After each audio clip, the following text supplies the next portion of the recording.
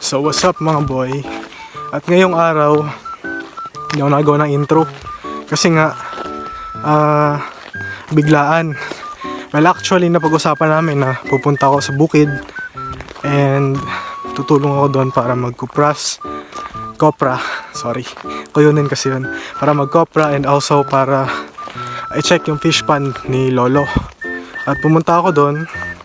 I think it is because kailangan kong tumulong, and also bilang apo, I need to help my grandfather. And parang way ko na rin to para ilibang yung oras ko. And also, it's also my vacation. And gusto ko maging progressive kahit bakasyon.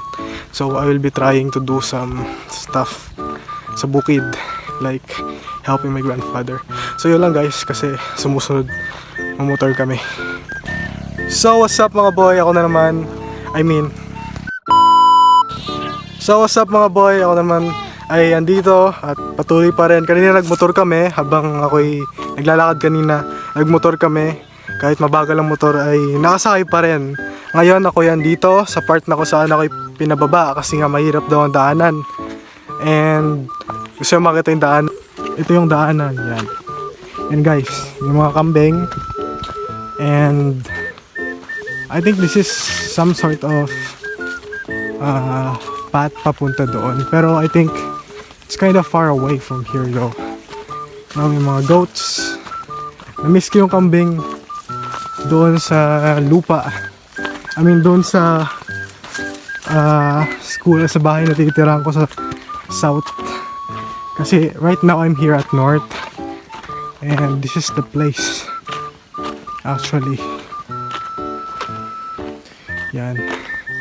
Yan yung kanina. And I'm still continuing. May bangin.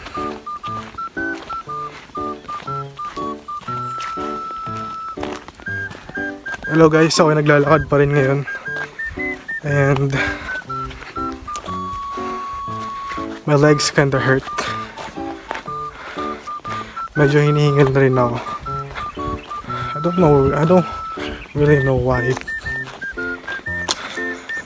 This is a wonderful place. See those? Nature. And guys, may bahay pala dito. This is a wonderful house though. And napansin ko lang, hindi pala, medyo maayos din yung daan dito.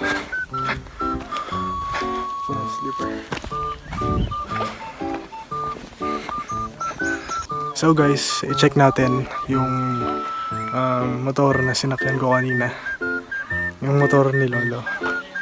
And like any other places, like any other provinces, hindi uso yung plate number. And also, I believe that this motor is still alright. Kaya niya pa rin. Although naka primera, segunda lang siya pag ginagamit, pag tumatakbo. And this is it. This is the look of the motor. Old now. But I think it's still perform well. And I need to work hard so that someday I could buy my grandparents a new motorcycle. So guys, yun lang muna guys. Bye bye.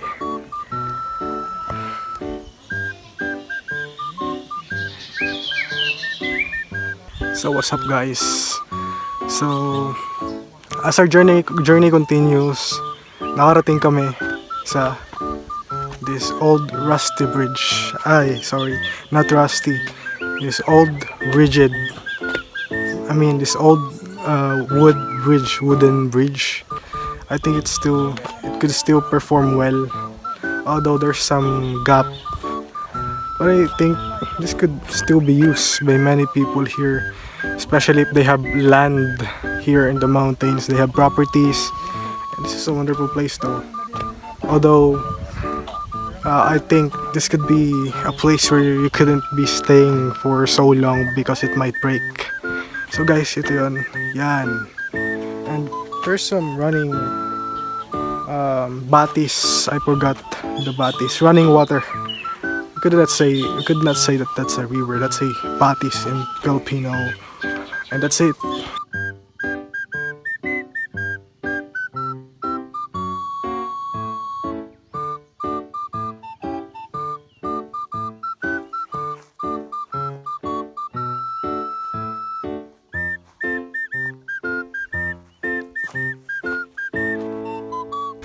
So, ngayon, ako yung naglalakad pa rin.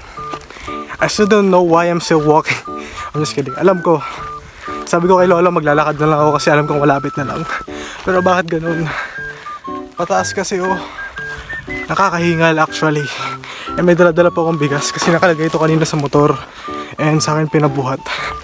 Well, I think this is one of the best way how to lose weight, I think. That's it. I'm just updating everyone.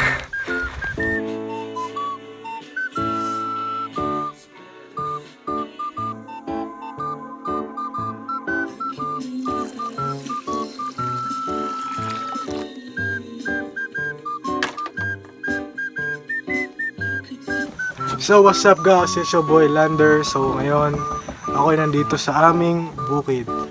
At ako'y nandito para subukan mamuhay ng walang internet muna. So ang goal ko pala sa pagpunta dito ay para, I think, to have the feeling of life without internet. And also, siguro Hay! Yung aso, sorry. Yung aso kasi So sorry guys. So I think the main reason why I'm here is that so that I could feel the life without internet. And also kasi walang internet dito eh. And also to have, to work out. Like my mom wanted to gusto mag-kopra. And I will be the one who will gather all the coconuts. Kasi ganun talaga yung process. So gagawa pala ako ng vlog about sa kung paano gagawa ng kung paano mag-kopra and also kung paano ipunin yung nyog. Yung process, the whole process of kopra, how to kopra. And that's it. So ngayon pala, dito pala ako sa ilalim ng kubo ng ginawa nila lolo, sa ilalim ng kubo. Kaya dito para magpahinga. Of course, kakasaing lang. Ako nagsaing yan. Ako nagsaing.